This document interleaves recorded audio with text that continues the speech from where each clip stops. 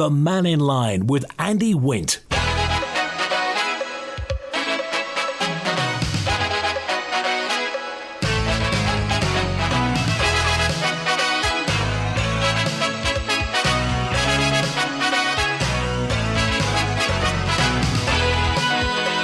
Pastor Mai, good afternoon. Welcome to Mannin Line on Manx Radio. I don't know whether you've been tuned into Tynwald on AM 1368 and the AM service on the DAB, but if you have anything you spotted this morning, then by all means get in touch. Got quite a few emails and texts I didn't get to yesterday, so we'll look at those again. And also, doing business on the Isle of Man, how easy is it to open a bank account? And if you're involved in that business, I'd just be interested to know what you think. Because I think the Chamber of Commerce has seen the government again, but they didn't like the budget, and there seems to be a feeling, I don't know whether this is just hearsay or skeet or whether it is genuine, that the attitude towards business seems to be just slipping away, and is the Isle of Man pro-business? Questions have been raised about the decision to go ahead with a Manannan sailing from Liverpool yesterday. A passenger on the sailing, which arrived about 2:30 yesterday afternoon, told us their car was one of about 20 that were damaged during the journey. Describing the crossing, they said they had to hold on to their seat and stay in it, and that the galley was completely trashed. They also say it was announced over the public address system they were experiencing gale force 8 winds. Now, speaking to Manx Radio afterwards, they claimed that foot passengers were able to disembark almost immediately. Car passengers were kept on board for more than two hours after they docked. They also claimed they weren't allowed to go to the car decks to assess any damage for over an hour. Now, this passenger's car suffered a broken wing mirror, dented wheel arch, but they say that others suffered more significant damage after being shunted into each other. We've seen some of the pictures. People have sent us pictures in. The passenger says they've queried with the steam packet why cars were squeezed into a small area on the upper level where they could bash into each other instead of spreading them along the empty main hold, as there hadn't been many cars on the crossing. They say that after this experience they're going to make their own decision about whether or not they get the boat in bad weather in the future and not to rely on the steam packet. Steam packet has told us it will respond to these claims at some point today. We put these to the steam packet yesterday afternoon and didn't receive a reply, but as they say, they'll put something together and respond to the claims later on today. Were you on that boat? The sailing from Liverpool yesterday. It was tramping across the seas yesterday. We were looking at it from Douglas Head. But any thoughts on that matter? It's always been sometimes a badge of honour that you've been on a bad sailing. Everybody's got a story about a bad sailing, but really that's the fast craft. It's not, it's not a boat. It's the fast craft. Handles waves in a slightly different way. Anyway, thoughts, text, email, call and WhatsApp. Also, the story about the Junction closing as well. We talked about that yesterday and quite a few people had something to say about it. And again, this was it yesterday. And also the talk yesterday about Teresa Cope receiving abuse on social media. And again, Paul, I think I mentioned this at the end, but didn't get to all of it. Paul just said Teresa Cope is one of the only speakers working in government capable of stringing a sentence together. I love her and think she should run the country. She's objective, courteous and well informed, says Paul. This story about Newson's now has come to an end. One way or the other it had to come, and Newson's are giving up after a 5-year fight with the planners. The owners of the former Newson's building say they're giving up. They're selling the property, so if you want to buy Newson's, you can't do much with it, but neither could they. The company wanted to convert the site into housing and retail units, but the plans were rejected for not providing sufficient justification for its total loss. So they spent a fortune with advocates and with planners and architects over the past few years. No doubt there's been a lot of government time taken up on it, and now nothing is happening. It's standing there like a forlorn broken tooth on North Quay, surrounded by corrugated iron, shorn up by steel work, because apparently the thing would fall down. So what do we do? Who's going to take it on now? Who's going to find? They were going to spend, I think it was upwards of nearer £8 million they wanted to spend on it, using Manx contractors, Manx builders, putting it together, and obviously providing some jobs. There was going to be some residential stuff going on there, but I thought that's what the government wanted, going back to Alan Bell, who said they wanted to make the harbour in Douglas, the inner harbour, almost like a Mediterranean scene, where there will be houses and hotels and shops and restaurants and cafes all around the inner harbour. At the moment, it seems to have stalled after a few cafes and a few restaurants, some of which come and go. Barbary Coast has been very successful. On South Quay, not much. So who's going to take this forward, I wonder? Who's going to do something with it? And the government's economic strategy is to collect more and more money from more and more people. It's a bit of an I'm all right, Jack attitude of government, while people and businesses are going under, says this correspondent. I'm going to buy Newson, says Desmond. I'm going to put wind turbines on the site. Get some planning for that straight away. Says, I don't think you would, Des, but it's an idea. As I listened to Key's question time this morning, and I've never heard such negative answers to Mr. Thomas's questions over the steam packet in my life about the new Liverpool dock. When will it open? Sometime perhaps, and very doubtful from Mr. Crookall and Dr. Allinson, says Terry. Well, that's the story. They don't know. When is the Liverpool landing stage? You know, this thing that we built, paid for, through the nose, £70 million. The Treasury Minister has confirmed today work still needs to be carried out. It remains unknown, those are the words, unknown, when the first passengers sailing to the new Liverpool ferry terminal will take place. Treasury has ruled out setting a date following modifications to Manannan to allow passengers to board at low tide. Douglas Central MHK Chris Thomas pushed for a timeline, confirming when residents can expect to be using the £70 million site. And this is what Dr. Allinson had to say. It is absolutely essential for the safety of passengers, the crew and the vessel that these berthing trials take place during different tides and different weather conditions, so that the captain is familiar with approaching the new ferry terminal in a safe, prompt and quick manner. And nobody thought of that before, apparently. So at the moment, we don't know. Faster by Mike at the Welbeck. Hello, Michael. I thought the plans for Newson's looked superb. Such a shame Lower Douglas is our gateway. It's going to continue to look like a Ukrainian town after a visit from Mr. Putin, says Mike. You may be entirely pro what's happened with the planning committee. Newson's was a big heritage site, I mean a real heritage site, and a lot of sites like that had gone. Do you remember the old Riley's on the corner? That's been turned into apartments, but that was an old warehouse, but that went. So it dates back to the 1700s, thought to be one of the last remaining buildings of the era on North Quay. But they're going. They're packing up shop. They've taken the sting really from employing professionals over the past few years. But the company behind it are saying enough's enough, and they're off. And Dave's on now. Hello, David. Hi, Andy. Just regarding Newson's itself, it's very sad, really, that we have a developer who lives in the Isle of Man, who wants to invest in the Isle of Man, and we can't get anywhere with anybody to get a practical solution on it. Like you said earlier, I was involved in the one with Riley's when Martin Riley was moving away from the quay there. And I remember going to visit it, and it was an old warehouse at one time. But look at it now. it fits in with the scape of the harbour.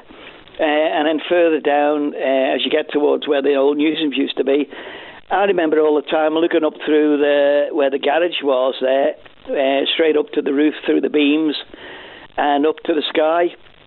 And I worry now about this, the overspend on the nurses' home, the old nurses' home site. Who's accountable to that? Who's signed? I keep saying to him, it's the variations on the contracts.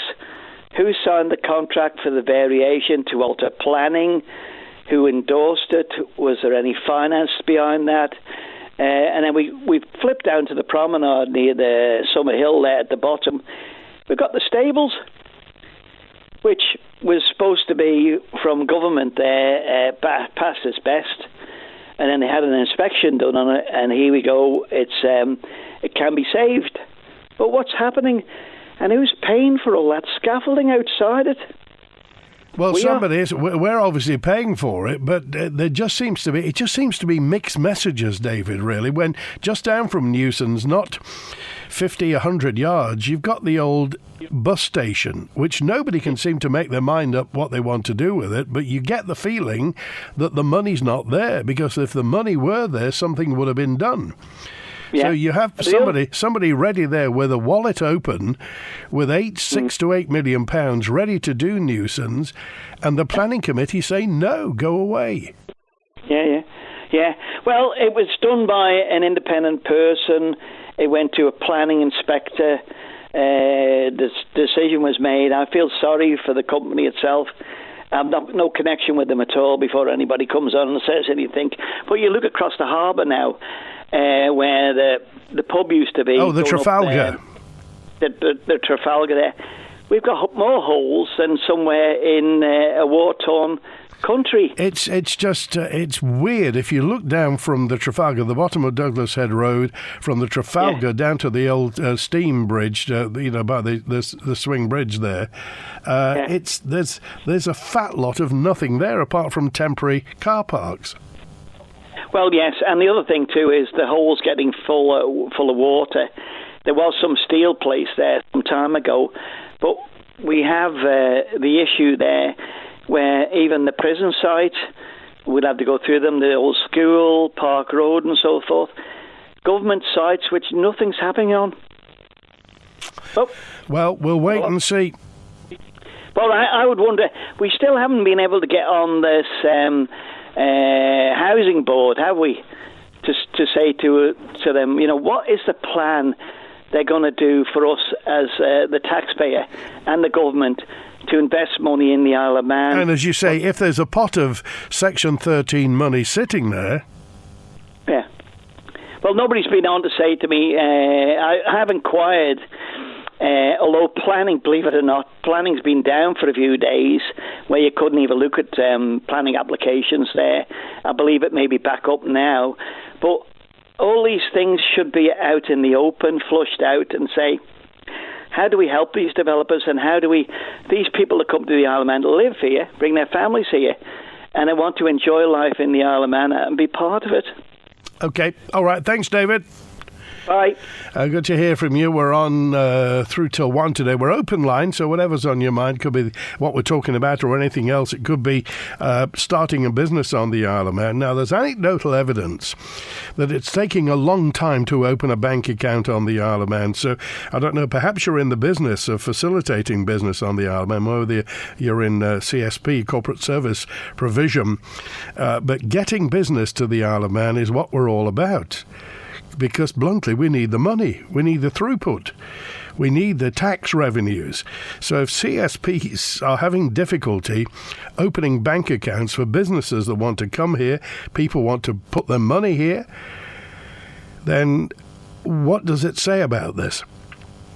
If you've got any thoughts on that, and also the closure of the Junction, which are giving up their lease, not signing a new lease next year when it happens. And also, I got a message in from Anne-Marie who said, do we actually have a method for getting blue plaques on the Isle of Man?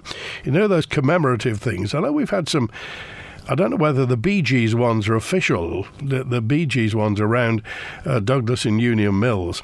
But is there an official way that you get a blue plaque or the Manx version of it somewhere on the Isle of Man? Anyway, any thoughts? Oh, Juan's with us now. Hi, Juan. Hey, Andy. How are you doing? Very well, thanks. Yeah, good.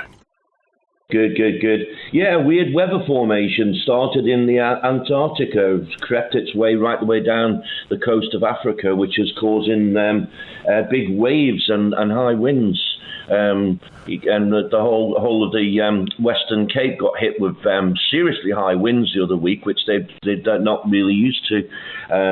So yeah, and it's hitting down in Europe and into England as we speak, I think. So that's probably causing some of the conditions. But weird where it's come from. It's just formulated in the Antarctic.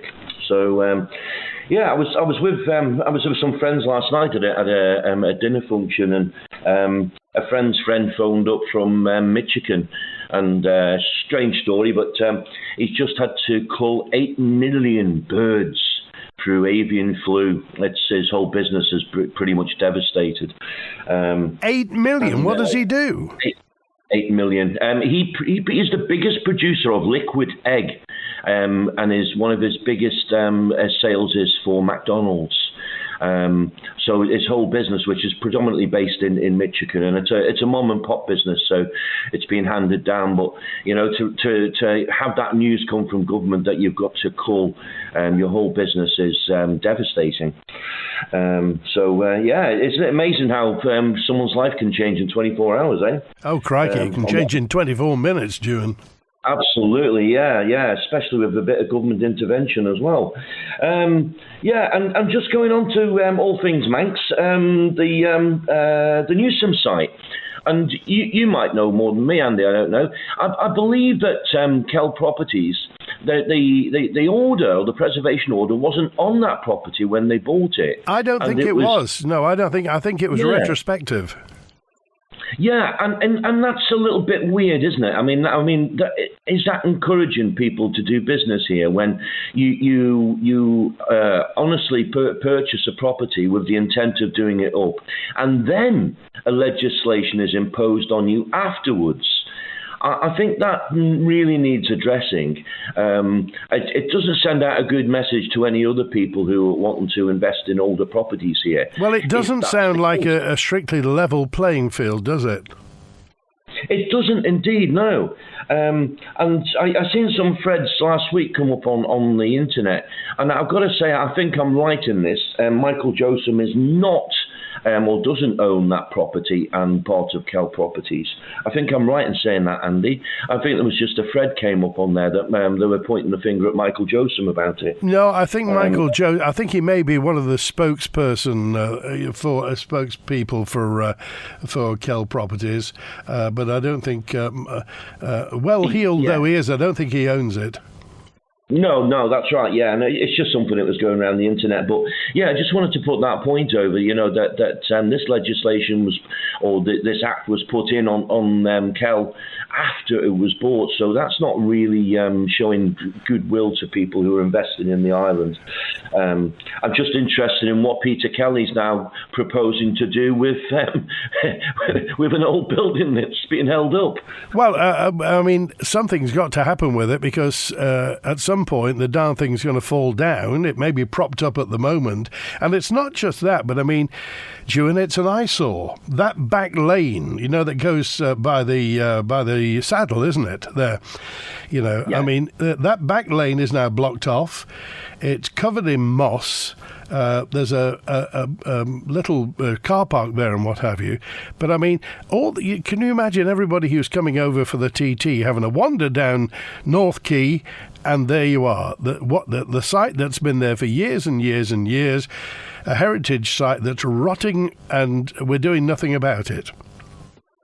And I mean, if you're going to impose this legislation and keeping Manx buildings and stuff is good and it's important, but there's a stage when a building comes to that nothing can be done with it. I mean, if it was going to be that important, it should have been put into a heritage scheme or foundation and preserved, and charge admission to go and look around it. But who's going to go and look around an empty building? There's nothing inside of any value. The only thing you could do was put up timeline boards inside and make it into an historical building. But no one's going to do that unless they're a very wealthy person and got that money to waste. So it's a difficult one. Well, I'm all for heritage. I love the idea of heritage, and the Isle of Man's got some great heritage. And there is a kind of a loose parallel in, the Gaiety Theatre was saved one weekend by Mervyn Russell Stokes. They were about to knock the Gaiety Theatre down, and they got in and saved the Gaiety Theatre over a weekend. Now, a fine building though it may be in its prime, the Newson's building isn't the Gaiety Theatre, and the Gaiety Theatre is now used. So somebody's now got to come up with a bright idea as to why Newson's has been preserved.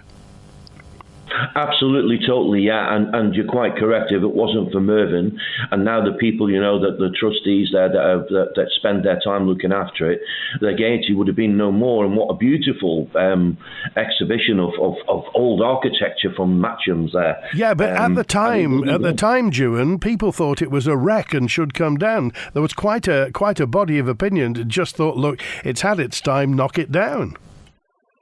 Absolutely, and as I was saying last week about Manx culture, the appetite to keep it sometimes, and it works out good for us sometimes if we can get them people involved to fund it, and the appetite from people to keep it going. And just listening on a little note before I go on, I believe Jane Poole Wilson is virtuing the credibility of digital IDs as we speak in Tynwald. Yes. So that will be interesting to see where that goes, because without digital IDs, they're not going to get digital currency in place, and without that, they're not going to be able to control us. I'll leave it at that for today, Andy. Thank you, Ewan. Oh, my word. And Tom, thank you, Tom, for your WhatsApp. I started a new limited company in the hospitality business nearly 2 years ago. It took nearly 10 months to open a bank account. I was an existing customer with the same bank.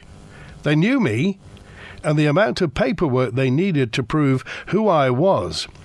Even though I banked with them, it caused a lot of stress and problems while trying to continue trading. Now, somebody somewhere is going to tell me why we need to do this. I'll be honest with you, the same thing. I got a letter from my bank and told me that I had to fill in and prove who I was and prove did I have any partners anywhere across the world, and who are they, what's their inside leg measurement, how much did they make last month. Now, I understand, everybody understands that anti-money laundering regulations have to be in place, but this is stopping business. As Tom said, 10 months and not only that, you feel a fool when going into the bank. They feel like fools when telling you that you have to prove who you are, even though you've been doing business with them for 25 years. They look at you gone out and obviously say, well, it's company policy. This is what the bank needs to do.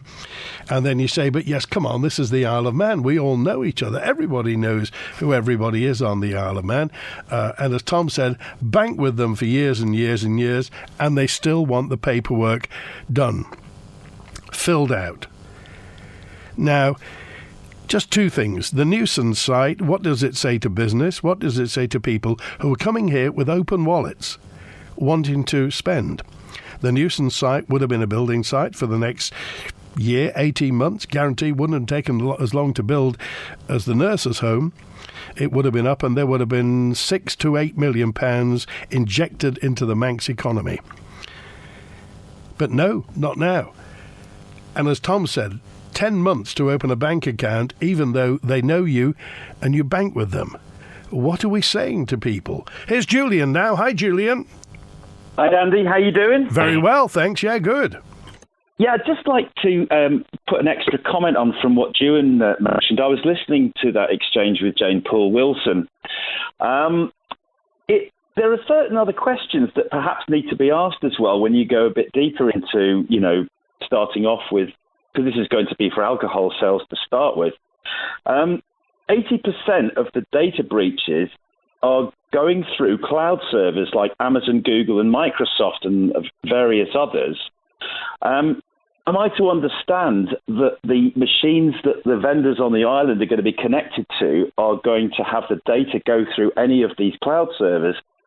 And also, it's not just them. There's something called side door attacks, which is basically supply chain. So there will be other vendors down the chain that are accessing the data or putting the data in. So, you might have eventually the passport office and the driving license or something. So all of those entities, they're all going to have their own different cybersecurity bits on. How do we know that they're all up to date with their latest antivirus or whatever? It's not just the one hole you've got to plug. It's not as secure as the passport office posting you a passport and you've got it in your pocket. Your data will be all over the place. It's a bit like air molecules all over the place. You just don't know where they'll be. I noticed that since COVID, since before the pandemic, since people have been working from home especially, cybercrime is through the roof. People are saying, I think they said over 70% of adults are worried about digital ID theft, also worried about their digital privacy. And I'll tell you another aspect of this, and I suspect that possibly Nobles are already having this problem. In the US, healthcare is going over $125 billion spent on cybersecurity. Well, $125 billion, you'd think that you would want to be spending that on the healthcare and not plugging up your digital remote access, wouldn't you? Would you trust the Manx government to be in charge of security, confidentiality where digital ID is concerned?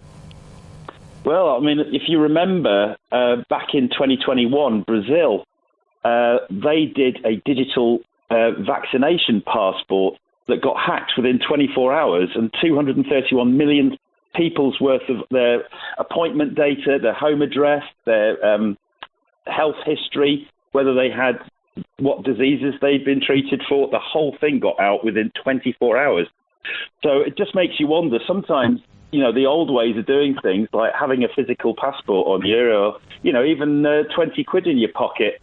There's an awful lot of people that you just press a button and you can hack. I mean, what were they saying? Banks, hospitals, pipelines, meatpacking plants, water supplies, power stations have seen a 400% increase in cyber attacks on their databases to try and either mess them up or get the information.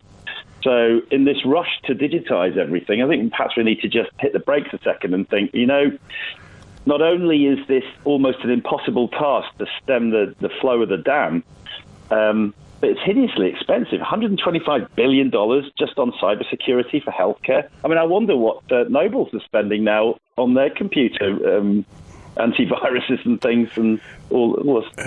Well, it's interesting to know, but I mean, if we're going to head into the cyber world, if we're heading into cyberspace, which it seems that we are, at some point we're going to have to jump, aren't we, and accept the consequences, or we just say, no, we're never going to do it.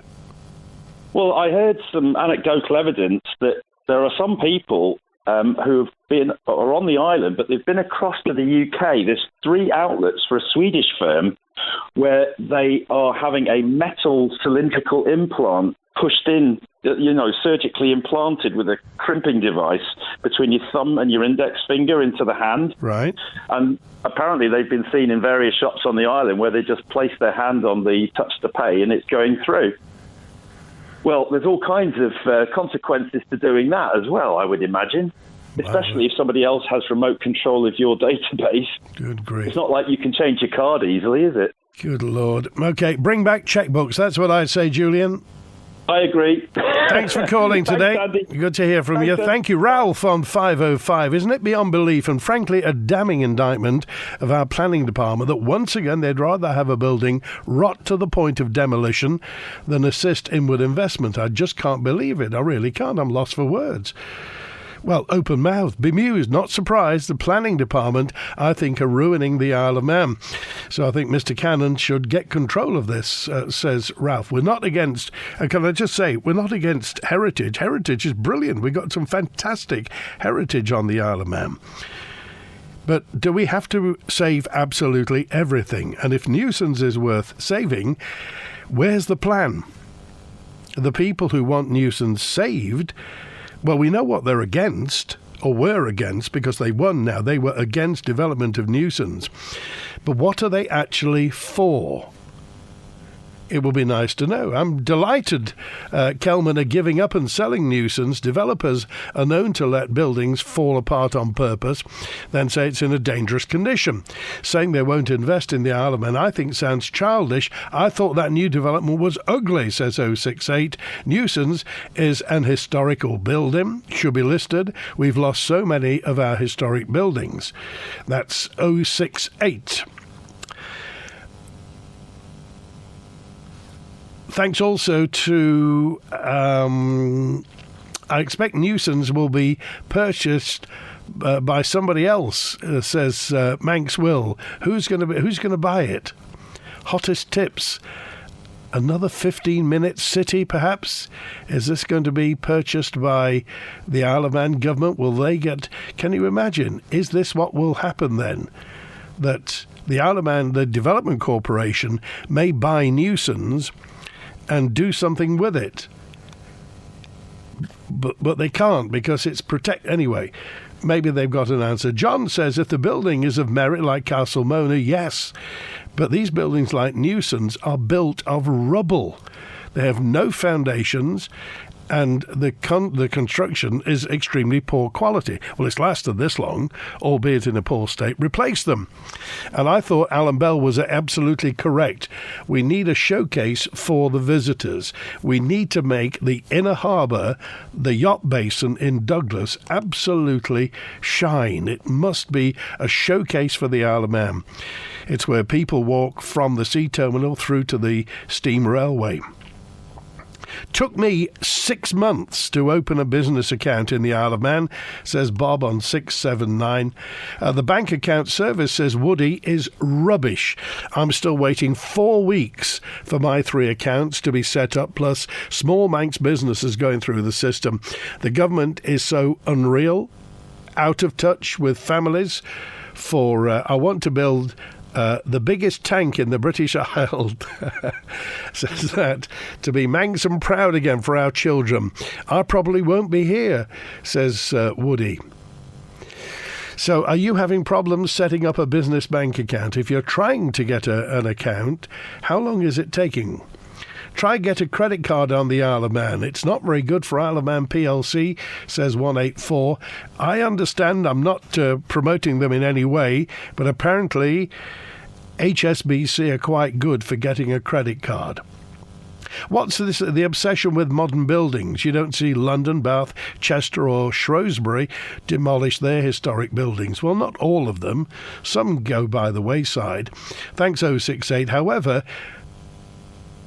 what will he put there? If it's worth saving, what is going to be where Newson's is? Is it going to be the original configuration? Is it going to be a museum? What exactly is it going to be? And put yourself, do this 180-degree thinking. Put yourself in our German visitors' shoes and our English, American, Canadian, Australian, New Zealand visitors. Scottish, Welsh, Irish. The people who've been coming here for 20 years and see what a mess we have around certainly the South Quay, apart from the businesses that are there, but we got holes in the landscape, big holes that you can see. What are they going to think? What would you say to them when they say, look, mate, that's been like that for 15 years. What's happening? Heritage is all well and good in a museum, says Des, and looking at the large properties for sale and businesses going under. 15,000 will be leaving the Isle of Man, not arriving, says John. this story about the T Junction, iconic building. It's not been there that long, really, has it? Has it been there 10 years or so? Businesses are having problems. Certainly hospitality is having problems. The T Junction announced its closure. So let's hear from the joint owner, Mark Davis. This is Mark Davis on why the T Junction is making its last cup of tea next year. I think the hospitality sector at the moment is in crisis. The cost of everything is rising. The cost of wages as well. I didn't mention that, but obviously the minimum wage has been increased in the last 2 years, which I totally agree with.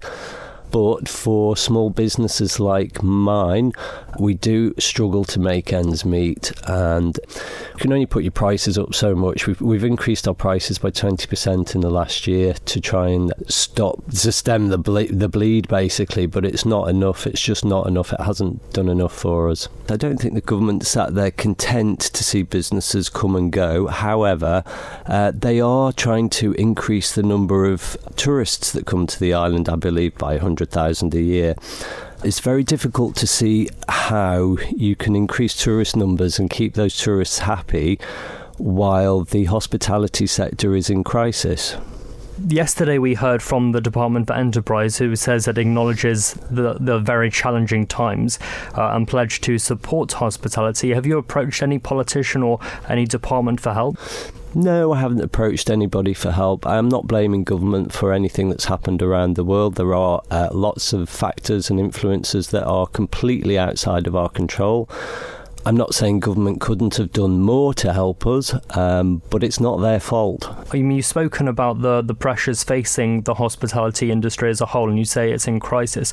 What's your message to other hospitality industries who are in a similar position? They don't know whether they should close up or whether they should just keep plodding along. A lot of businesses don't run quite so staff heavy as our own. The way they're set up, the profits are in a different profit margin, but I know for a fact that margins in catering are extremely small. You have to make, particularly for us in particular, you have to make a lot of cups of tea and sell a lot of sandwiches to cover £150,000 worth of staff wages, which is what our business was last year.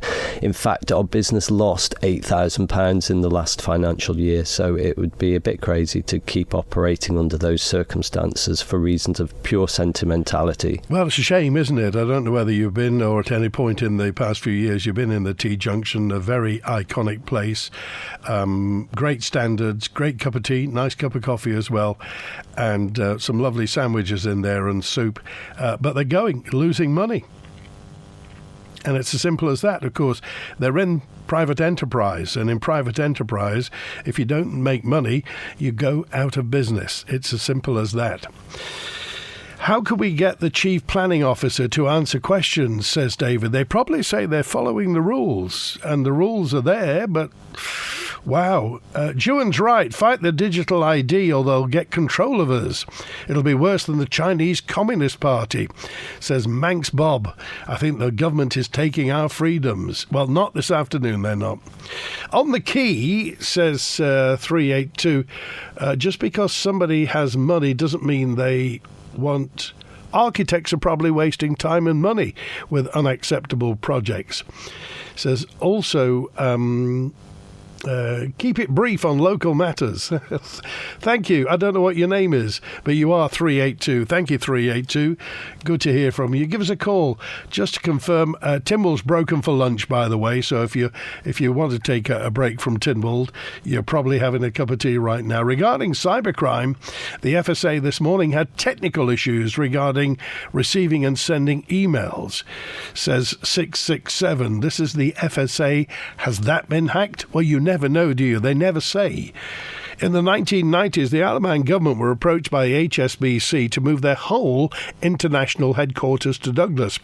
Would have created 5,000 jobs, says Roy B., and they're good-paying jobs too. But for some unknown reason, the government declined the offer. We need business people to operate the Isle of Man as a business. It's a business. It is a business. It has money in and money out. We don't see any accountability for incompetency, just terrible realization that these people have squandered our public money, our reserves on projects that they're obviously incapable of understanding and executing. I suggest we apply for direct rule from the UK. Alternatively, we could join the EU and leave the pound for better governance. God help us. With all the shopkeepers and estate agents running the Isle of Man because they're popular and not professional, says Roy B. Well, I mentioned that quote a couple of days ago from the late, great Clifford Irving, MHK, who said that when he was there, and it was EXCO then, not the ministerial system, EXCO ran the Isle of Man as a business and didn't play with the economy for political reasons. Now, you got any thoughts? Hello, I'd like to rent a car for 3 days. Just something reasonable. No problem at all. We've just got a few rules to make you aware of. You can't go off island, you can't smile in the car, you can't take any friends, it's £10,000 a day, and you'll need £1 million deposit up front. Any questions? Renting a car doesn't need to be so difficult or expensive. With prices from just £50 per day, speak to Rex Rental Company or book online at rexrental.im. Rex Rentals. I'm so glad to hear that. Just Care Products for mobility solutions. At Just Care Products, we have a range of rise, recline and fireside chairs to try. These are British made and perfect for people with mobility issues. With finance available through our partner Conister, come take a seat at Just Care Products. Find us behind B&Q, or for more information, give us a call on 627 177. Quality, economy, that's what we're all about. Imagine relaxing in your new luxury bathroom with the latest bathroom suite. Or how about a stunning wet room with contemporary designer tiles? Turn your dreams into reality at a price you can afford at Pacesetter. Visit the Pacesetter Bathroom and Tile Showroom, Harris Terrace. That's what we're all about. Road racing is back on the island, and Manx Radio 1368 will be an essential part of it, bringing live practice and race commentary, news, travel and more to the island and the world on AM, online and digital. With airtime, sponsorship and digital advertising options available now, it's your chance to reach a global motorsports audience. So contact our sales team on 682 620 or on sales at manxradio.com. Manx Radio 1368, the best biking station in the world.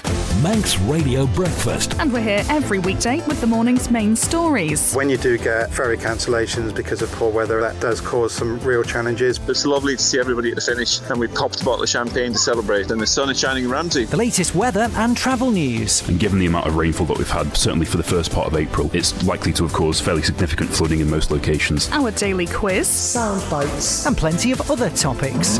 Is that a roar?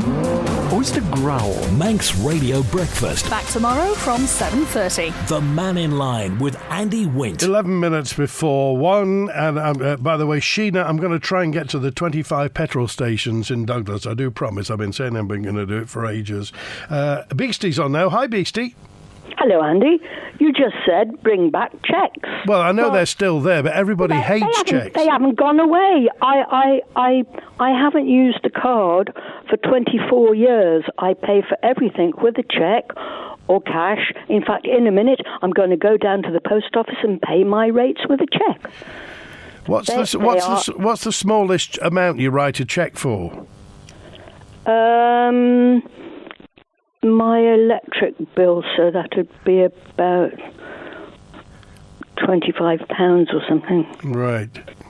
And they're happy with it, are they? At the where would you pay the post office for that? Yeah, I pay for everything at the post office: electric, rates, telephone, with a cheque at the post office. How many chequebooks do you get through a year? A couple. Really? Beastie, no problem. Beastie, no problem. You're a vanishing species. You know that, don't you? Well, I am anyway, aren't I, Andy? Well, I mean, I haven't used a card since 2010. I ditched it because I didn't like what I saw, and that is surveillance and gathering data. These young ones that are paying for a pasty 50p with a card, has nobody ever explained to them that somebody is gathering their data, what they're buying, where they were, how much they spent, and selling that data on them? Has nobody ever explained that to them? I don't. Why aren't they carrying cash? We've got to use cash. I plead to everyone out there: carry cash in your pocket. I don't think they care, Beastie. I'm sure that they know. I'm sure they must know. And using some of the social media things like TikTok, which is owned by the Chinese government, they're harvesting everybody's information. Harvesting, that's the good word. It's harvesting, isn't it? But do you really think they don't? I mean, do you really think they don't care? Well, I think they're more bothered with a video of a cat.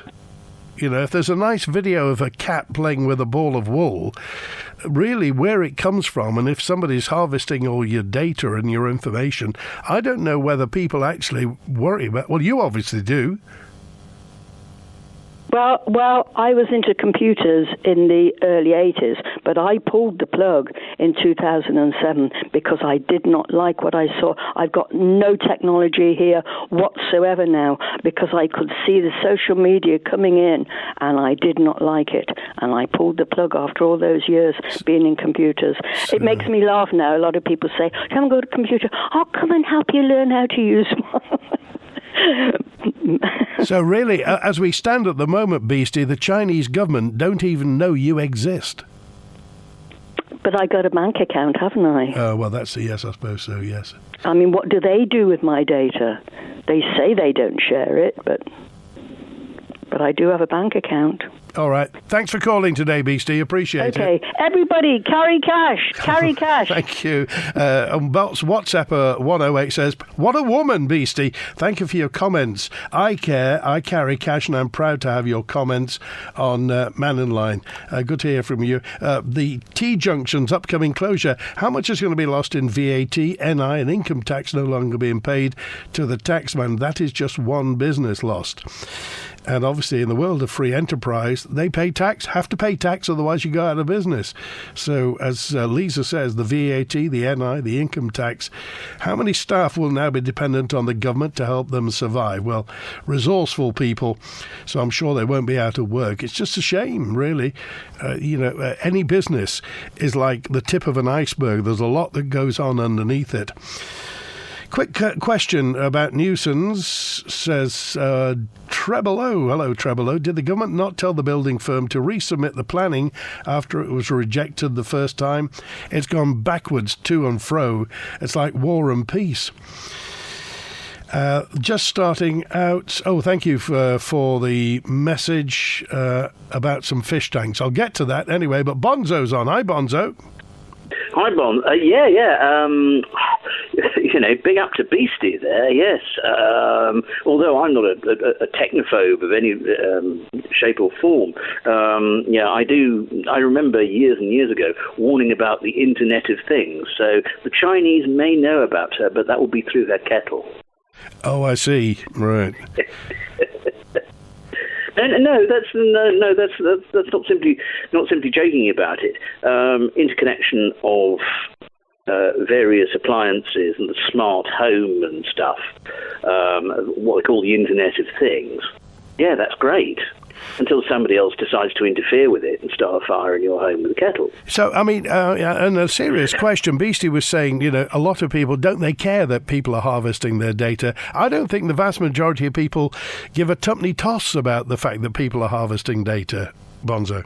Well, I think those that know mostly don't give a tuppenny toss, and those that don't know, well, don't care to know. Yeah.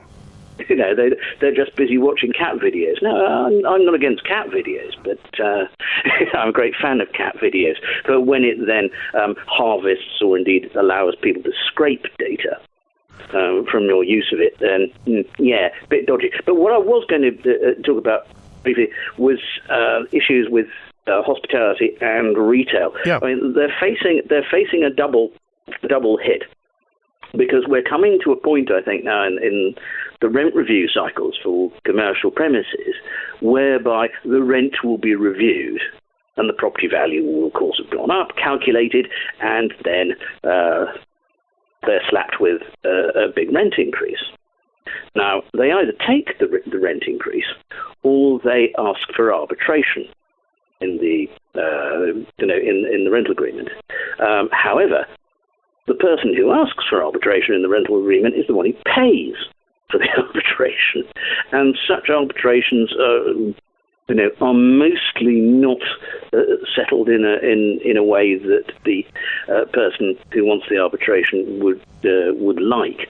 So they're then faced with a huge cost, and then you have the cost of minimum wage. When I was discussing with other people about, and some people who are now in Timor, about actually putting minimum wage up to the living wage, I suggested that there needed to be a subsidy to business that would taper over a few years in order to do that.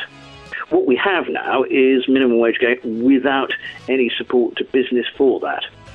Okay. And, well, I think we're starting to see the consequences. Appreciate that. Thanks, Bonzo. Okay, then. Good to hear from you. Sue says business account over a year and still waiting for it. A real headache and I'm lost for words. I'm Manx, over 25 years with the same bank. I've always been in credit, waiting for a business account for over a year.